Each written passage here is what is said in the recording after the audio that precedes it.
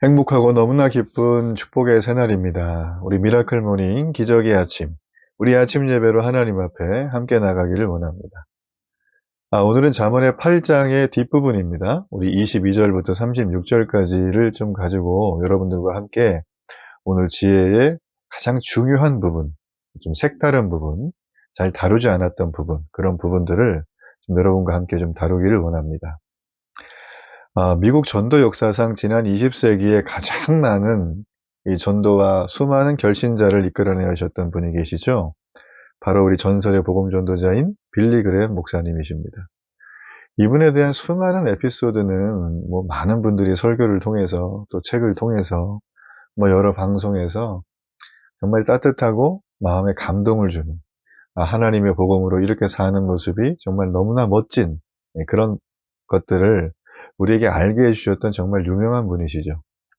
이 빌리 그레엄 목사님은 전도에 대한 탁월함 뿐만 아니라 이 목사님은 미국 사회와 미국의 정치, 경제, 미국 전반에 걸쳐서 또 수많은 우리 역대 대통령들에게 막대한 영향을 줬던 그런 어떻게 보면 전설적인 분이세요.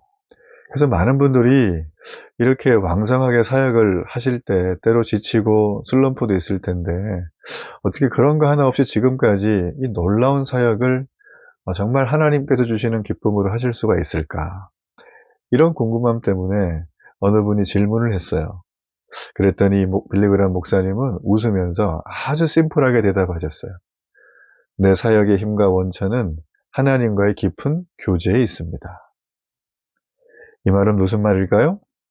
날마다 말씀 묵상을 통해서 그분 앞에 나간다는 거죠. 그분의 마음을 알고 그분의 뜻을 알고 그분이 알려주시는 하늘의 지혜를 가지고 세상에 살아갈 힘을 공급받게 된다. 여러분, 그리스도인이란 과연 누구일까요?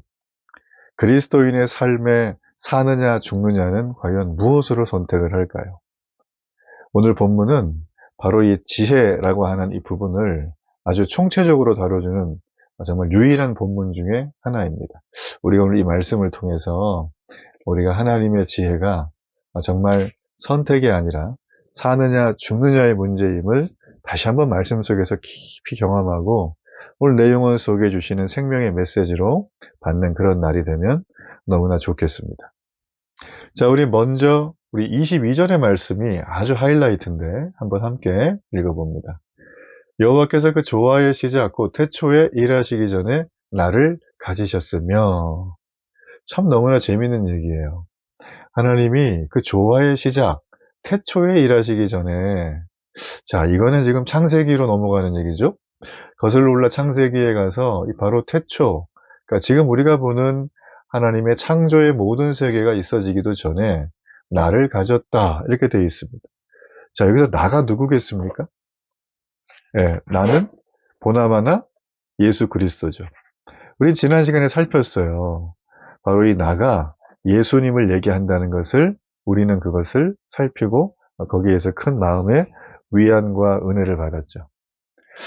그래서 오늘 이 시작하고 있는 이 22절의 말씀처럼 이 나가 누군지를 그 다음 절은 계속 소개를 해주고 있는 거예요. 수식어가 만세 전부터 태초부터 땅이 생기기 전부터 누가요?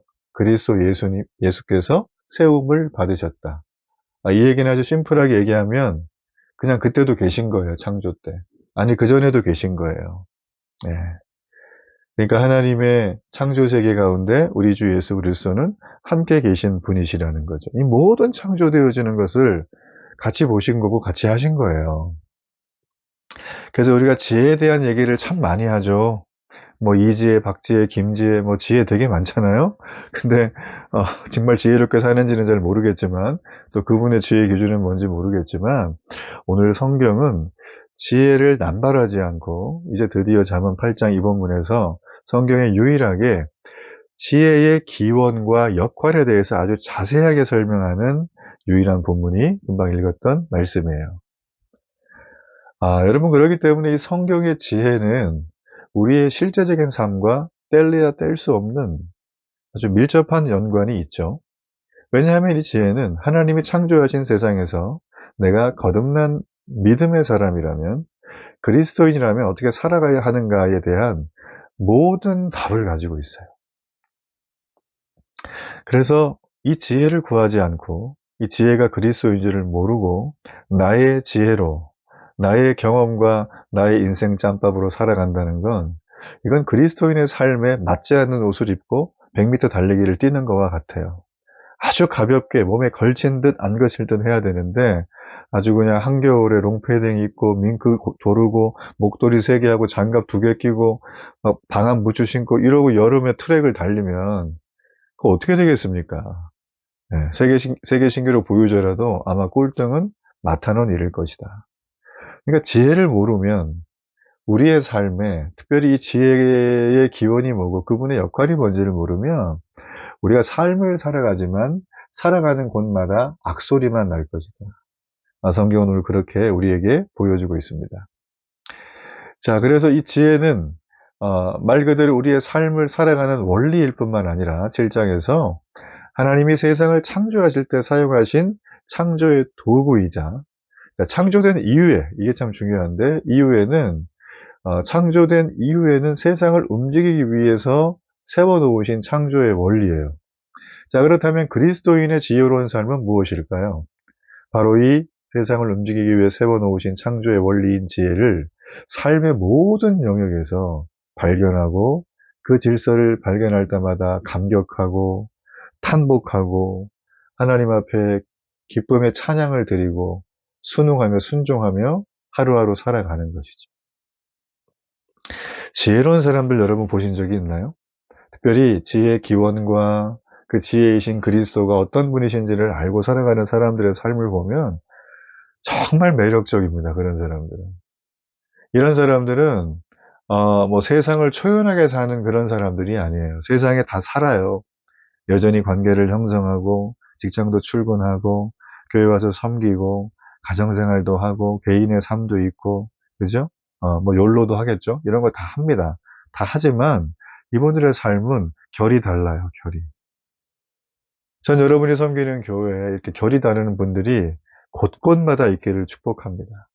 저는 이런 분들이 영혼을 돌보는 리더의 자리에 서야 한다. 강력하게 주장하는 목사입니다.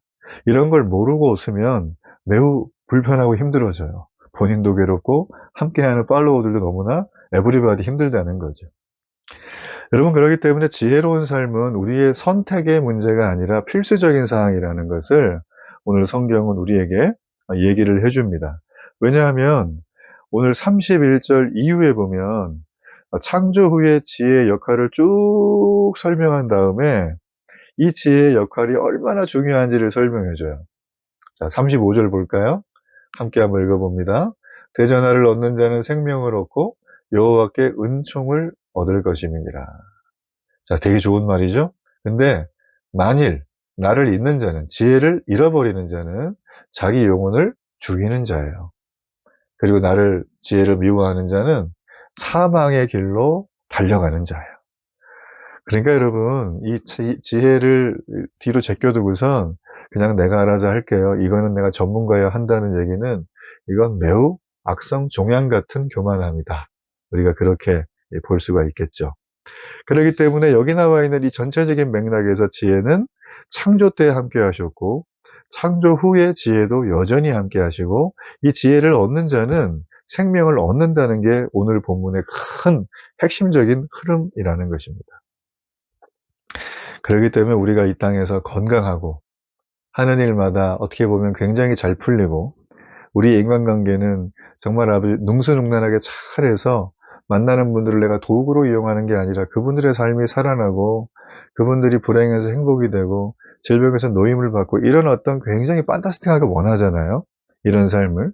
이런 삶을 우리가 살아가려면 바로 세상을 유지하는 질서, 핵심적인 질서인 창조의 질서, 즉 지혜의 질서를 우리가 깨달을 필요가 있고 날마다 묵상할 필요가 있어요. 빌리그레임 목사님처럼. 그랬을 때 하나님은 이 세상을 온전하게 유지하는 역할을 그 지혜 가운데 거하는 자에게 허락하시는 거예요. 여러분 3살짜리 아이가 내가 칼이 좋다고 칼을 달라는데 그걸 줄 부모가 있어요? 여러분 칼은 강도의 손에 들리면 살상무기가 되지만 의사의 손에 들리면 사람을 살리는 거예요. 우리가 하나님 앞에 아무리 비전을 달라고 기도해도 이런 창조 후의 지혜에 대한 기본적인 세팅이 내 안에 말씀으로 정리가 되어 있지 않으면 하나님 주는 게 매우 어렵습니다. 네. 우리가 강도면 어떻겠어요? 큰일 나는 거죠. 자, 그런 의미로 오늘 우리가 좀 하나씩 이 부분을 좀 살펴 나가면서 우리 함께 좀 은혜 받으며 나가는 시간이 되면 좋겠습니다. 제가 초반에 말씀드린 것처럼 하나님은 이 세상의 기초를 정하실 때 지혜가 그분과 함께 계시다고 말씀을 드렸어요. 하나님의 창조는 이 지혜와 함께 이루어져 왔어요. 그래서 하나님은 세상을 창조하시기 전에 이미 지혜를 먼저 만드셨고 이를 창조의 원리로 삼으시겠다고 하셨어요.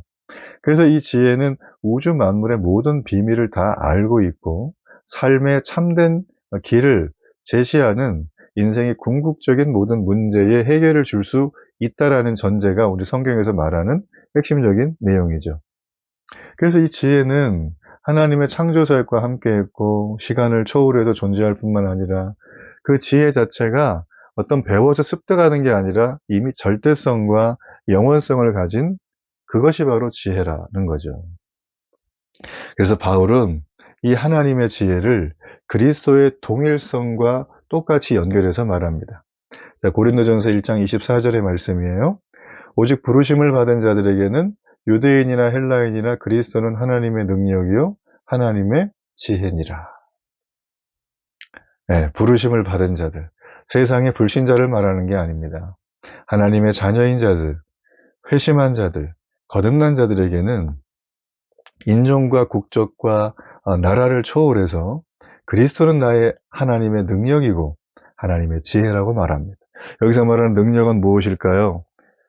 우리가 무슨 살아가는데 재능이나 은사쯤을 말하는 걸까요? 그렇지 않습니다. 이 능력은 하나님의 지혜이신 그리스도께서 우리를 구원으로 온전히 이끌어가는 능력을 말씀하시는 거죠. 그렇기 때문에 이 하나님의 지혜가 탑재되지 않은 그리스도인은 이 안고 없는 찐빵이고 속빈 강정이고 붕어빵에 붕어가 들어가 있는 게 아니라 팥이 하나도 없는 뭐 이런 거예요. 이게 맞는 비유인지 모르겠지만 아무튼 그런 거라는 것입니다. 자, 여러분 그렇기 때문에 우리는 이 창조 때의 창조 이전의 지혜를 우리가 쭉 살폈고요. 자, 그렇다면 우리는 이 창조 때의 지혜의 역할은 과연 어땠을까? 우리가 오늘 27절과 31절에 보면 쭉 동장을 하게 되어지거든요. 하나님이 하늘을 지으시고 또 궁창을 지으시고 우리 창세기의 천지창조 나오는 그 부분입니다. 땅과 바다를 만드실 때 지혜는 그냥 뒷짐지고 구경만 한 게 아니라 마에스터가 된 거예요. 장인이 돼서 창조사에게 적극적으로 참여하셨어요. 여러분 이게 뭐 그러신가 보다. 그렇지만 우리가 뭐 사실 에덴 동산에서 아담이 이 에덴 동산 매니저였잖아요. 그때 아담이 했던 거는 뭐냐면 놀고 먹은 게 아니라 당시 그 에덴 동산에 있었던 모든 생물과 동물들의 이름을 지어줬어요. 학자들의 추정에 의하면 조금씩 다르긴 하지만 약 250만 종에서 300만 종 정도 되는 엄청난 수많은 이 생물과 동물들의 이름을 지어줬어요. 제가 백보양보해서 한 1000개 정도는 저도 지을 것 같아요. 대충 특징을 보고. 그죠? 근데 1000개가 넘어가면, 언어의 미학에 저의 부족함이 금방 탄로나지 않을까. 뭐, 불교에서 말하는 언어 도단이 오지 않을까. 저는 그럴 것 같아요. 그러면서 암중모색을 하다가 용맹정진하면서 어딘가 사라질지도 모르겠어요. 근데 아담은 이게 힘들었다, 너무 힘들어서 탈모가 생기고 우울증이 왔다, 공황장애에 시달린다, 대인기피증이 왔다, 이런 얘기 한 적이 하나도 없어요. 말씀을 보면. 저는 아담은, 뭐, 이렇게 원죄를 지은 뭐 원흉이다, 이렇게 어떤 분은 욕을 하지만, 그건 모르는 소리입니다. 여러분, 아담은 천사보다 조금 못하고 인간 중에서는 모든 지성과 영성과 의지와 모든 인간의 조절하는 부분에서 가장 탑 클래스에 있는 존재예요, 아담. 여러분, 그러기 때문에 그게 가능했던 거예요. 여러분, 근데 그게 어떻게 가능했을까요? 언제? 죄 짓기 전에. 예. 우리가 지혜이신 주님을 만나게 되면 우주 만물의 창조의 비밀을 이 지혜이신 그리스도께서 자꾸 알려줘요. 그러다 보니까 우리의 삶에 전혀 길이 안 보이던 내일 어떡하냐, 다음 달에 어떡하냐 이런 것들이 하나님의 길을 쫙쫙 이 우주 만물의 모든 비밀을 아시는 분이 그 길 모르시겠어요? 싹싹 다 알려주시는 거예요. 여러분, 그래서 예수를 믿고 나면 사람들이 전과 달라진다 그러잖아요. 예수님을 진짜 믿고 거듭난 사람들은 생각하는 거나 말하는 게 점점 달라집니다. 그분이 똑똑해서라고 저는 보진 않아요. 왜 달라지냐면 바로 아담처럼 죄에서 회복되는 상태이기 때문에 그래요. 죄가 여전히 있지만 죄에서 회복되고 우리를 의롭다고 봐주시는 그리스도 예수의 은혜 때문에, 그 아버지 하나님의 마음 때문에 우리가 잃었던 지혜가 생겨지게 되어지는 것들이죠. 성경은 우리에게 말합니다. 죄인인데 자격이 없는 죄인이다. 동시에 또 하나 말하죠. 조건 없이 사랑받는 하나님의 자녀다. 세상에 이런 죄인의 정체성이 어디 있습니까? 자격 없는 죄인이에요. 어떤 자격이요? 하나님의 자녀라는, 사랑받는 자녀라는 이 조건에 전혀 부합되지 않는 자녀. 여러분, 복음은 무엇일까요? 복음은 말도 안 되는데 말이 되게 만드는 거예요. 억지 춘향이 아니라 바로 복음은 나를 의롭다고 여겨주시는 아버지의 따뜻한 마음입니다. 저 탕자가 저 마을의 어귀에 이제 그냥 그림자만 살짝 비칠 때 아버지는 신발도 안 신고 뛰어나가서 탕자를 끌어안고 옷을 입히고 그의 모든 지위와 그의 모든 영화로움을 전부 다 회복해 줬어요. 성경은 침묵하지만 아버지가 어떻게 그 아들이 마을 어귀에 딱 나타난 걸 알았을까요? 어떻게 알았을까요? 네, 맨날 본 거예요. 마을 어귀에 서서 집 나간 아들이 언제 오나, 아버지 재산 다 들고 가서 허랑방탕한 저 아들이 언제 오나. 아버지가 바보가 아닙니다. 다 알았어요. 근데 성경은 거기서 하나 더 말을 하고 있어요. 왜 그 아버지가 그렇게 뛰어나갔냐면, 당시에는 부모를 공경하지 않으면 어떻게 돼요? 돌에 맞아 즉결 처분됩니다. 아버지가 그걸 알았죠. 아들이 돌아오면 기쁘지만 잘못하면 마을 사람들에게 발각되어서 집에 오기도 전에 죽을 가능성이 매우 높아요. 그렇기 때문에 자녀를 살리고자 하는, 생명을 구하고자 하는 그 아버지의 마음으로 그 자녀에게 제일 먼저 달려간 거예요. 신발도 안 신고. 그게 하나님 아버지가 우리를 바라보는 마음입니다. 복음은 그런 것입니다. 자격 없는 우리에게, 아무런 혜택도 아무런 수준도 안 되는 우리에게 지혜이신 그분이 오셔서 다른 무엇으로도 찾을 수 없고 부어줄 수 없는 것들을 우리에게 부어주셨어요. 여러분, 그러므로 우리가 예수님을 진짜 제대로 믿으면 이 그리스도 예수, 지혜 되신 그분이 우리에게 오셔서 우리의 일상생활을 통하여 세상에 하나님이 창조한 것들이 이렇게 깨어져 있고 이렇게 부조리하고 모순투성이로 되어져 있는 것들을 우리를 통하여 하나님은 변혁하고 새롭게 바로 잡기를 원하시는 거예요. 여러분, 그 일에 여러분의 삶을 들이십시오. 고민하지 마세요. 여러분의 노후 보장, 여러분의 건강, 여러분의 자녀, 여러분의 가정생활, 대인관계, 여러분 이거 고민하지 마세요. 여기에 시간을 뺏기지 마세요. 여기에 여러분의 소중한 생명을 허비하지 마세요. 그게 하찮아서가 아닙니다. 그건 우리의 몫이 아니라 하나님이 알아서 줘요.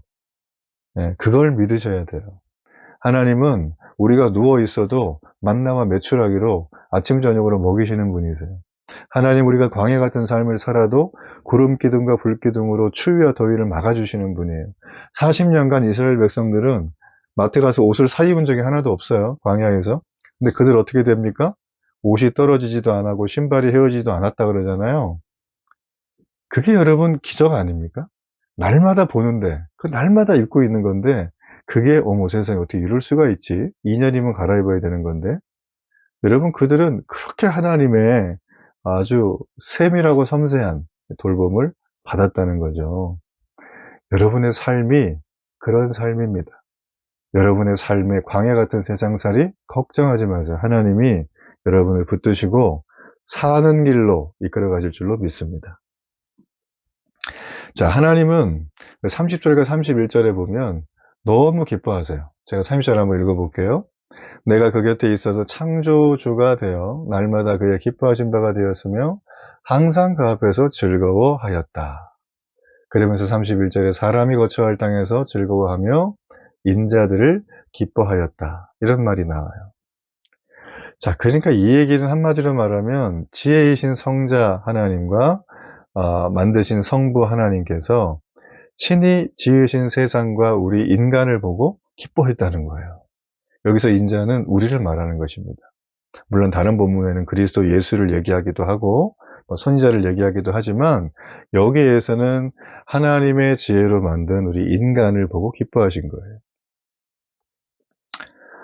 사물이 하나님이 만드신 대로 제대로 그 질서와 흐름이 딱 맞아 떨어지면 우리는 거기에서 뭘 보냐면 자연의 아름다움을 봅니다.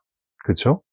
우리가 여름이 되어서 길을 막 걸어가는데 정말 장맛비가 쫙 내린 다음에 저 멀리 숲속에 물안개가 쫙 끼면서 무지개가 떠오를 때, 그리고 그 밑에는 새소리가 나고 막 아주 그냥 우리가 이름도 모르는 생물들이 거기에 질서롭게 막 조화롭게 막 움직이고 있을 때 우리는 어떤 마음이 드나요? 저거를 빨리 깨부셔야 되겠다, 이런 사악한 마음이 드나요? 안 그러죠? 그걸 보면서 감탄합니다. 말이 없어져요. 전 그래서 캠핑 가는 분들 마음을 정말 이해를 합니다. 이 도시 속에 맨날 콘크리트에 막 엄청난 높은 그 소음의 데시벨을 견디면서, 그죠? 그리고 여기 돌아가면 해야 될 일, 무한 경쟁, 빨리빨리, 여기 가서 뭐 먹방 하세요, 막 이렇게 막 하는 그런 삶 속에 있다가 자연에 가면 어떻습니까? 휴대폰만 끄면 그 어디나 하늘나라죠. 거기는. 얼마나 좋습니까? 그죠? 밥하는데 3시간 걸리고, 세팅하는데 2시간 걸리지만, 딱 앉아가지고 하늘에 걸려있는 정말 이 천사들이 오르락내리락 할 만한 그런 산 밑에서 우리가 하루를 이렇게 마무리한다는 건 참 행복한 일이에요. 또 이 아침 예배를 들으시고 또 캠핑 가신다고 주일날 또 교회 빠지시면 안 됩니다. 교회는 꼭 오셔야 돼요. 자, 그렇기 때문에 우리가 사실은 이 아름다움을 본다는 건 뭐 인공적으로 가미된 아름다움에도 뭔가 감탄할 마음이 좀 있겠지만 굉장히 자연스럽게 자연에서 만들어진 이 아름다움은 정말 따라갈 수가 없죠. 그래서 하나님은 우리를 바라볼 때 그런 마음으로 바라보신다는 것입니다. 네. 자, 거기에서 얻어지는 어떤 우리가 쓸만하니까 하나님 볼 때 그냥 쟤네 잘 만들었네, 이런 어떤 우리를 뭔가 수단화해서 뭘 좀 빼고 유익을 얻으려고 하는 그런 개념으로 하나님 우리를 바라보며 즐거워하시는 게 아니라, 그냥 하나님은 하나님이 하나님이고 우리 인간이 하나님을 바라보며 하나님 사랑해요라고 하는 그 자체를 너무 기뻐하시는 거예요. 그래서 하나님 우리를 창조하실 때 우리를 얼마나 기뻐하면서 창조하시는지 몰라요. 근데 오늘날 우리의 모습은 어떻습니까? 지혜자이신 그 하나님의 기쁨이 온데간데 없죠. 그렇죠? 네, 우리가 이렇게 캠핑을 떠난다, 취미생활을 하러 나간다, 주말이 되면 나는 나만의 시간을 갖는다, 내가 하던 일과 전혀 다른 일을 한번 배워보거나 해본다, 남을 도와주러 간다, 여러 가지 많은 일들을 하는 건 여러분 굉장히 긍정적으로 봅니다. 여러분, 그러나 그게 여러분에게 참된 만족을 주지는 않아요. 네. 어느 정도 훼손은 할 수 있겠지만 그거는 굉장히 제한적이고 한시적인 어떤 우리에게 약방 처방 정도밖에 되지 않는 것들이다. 참 지혜는 무엇일까요? 제가 처음에 말씀드린 것처럼 우리가 당연히 추구해야 될 지혜를 추구하는 것입니다. 하나님은 세상을 창조하실 때 지혜를 사용하셨다는 사실을 여러분 꼭 기억해야 돼요. 성도의 삶에서도 마찬가지입니다. 하나님의 지혜는 선택이 아니라 필수인 거예요. 지혜를 얻는 것이 생명을 얻는 것이라고 우리에게 말을 해줄 정도니까, 여러분 지혜가 있느냐 없느냐는 삶의 질이 달라지는 정도의 문제가 아니라 사느냐 죽느냐의 문제라는 것입니다. 자, 그러므로 우리는 하루의 삶을 살며 이걸 구해야 되는 거죠. 하나님 오늘도 돈 주세요, 해주세요, 이거보다도 우리의 영원한 생명이 되는 지혜를 얻기 위해서 간절히 마음을 열고 사모함으로 나가야 됩니다. 제가 최근에 만났던 어떤 분은 굉장히 영적으로 무기력하고 침체에 빠져 있어요. 그래서 제가 대충 좀 들으니까 금방 감이 왔어요. 저분은 영적인 침체와 무기력에 빠지는 것을 아주 악순환처럼 돌리고 계시더라고요. 그러니까 그거는 지혜가 없는 행동이에요. 그러니까 내가 사망의 길로 내 인생을 던지는 거예요, 내 영혼을. 그렇게 해서는 안 됩니다. 내가 지금 그렇게 너무 많이 가 있다고 하더라도 그 자리에 멈춰서서 내 마음을 열고 지혜를 간절히 찾으면, 나를 간절히 찾으면 하나님이 만나준다 그랬죠?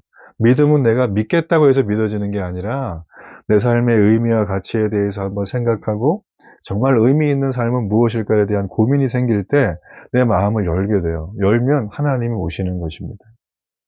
그러므로 지혜는 단순한 지식이 아니라 이 생명과 관련된 가장 본질적인 부분이라는 것을 우리는 정말 명심해야 될 필요가 있어요. 선택 장애가 있는 분들이 있죠. 일명 우유부단한 분들. 밥 먹으러 가면 막 메뉴 정하는데 15분씩 걸리고 막. 가시가신 분들 막 얼어 죽죠. 이거 어떡합니까? 네, 그렇죠. 여러분, 그게요, 그분의 성향이나 기질의 문제가 아닙니다. 인생에서 정말 가장 중요한 생명과 직결되는 것들이 딱 선택의 기준이 된다면 우리의 삶은 지금처럼 복잡하지 않을 거예요. 네? 우리의 삶은 굉장히 심플해질 거예요. 우리의 24시간은 시간이라고 하는 굴레에 들어가 있지만 시간의 조종을 받느냐, 시간을 말씀과 성령으로 리드하느냐가 그의 인생의 전체에 사느냐 중요한을 결정하는 것입니다. 단순해지십시오. 지혜가 여러분의 기쁨이라고 주님 우리에게 벌써 말씀하셨어요. 그게 사는 길이라고 하셨어요. 그 사는 길을 이제 걸어가는 겁니다.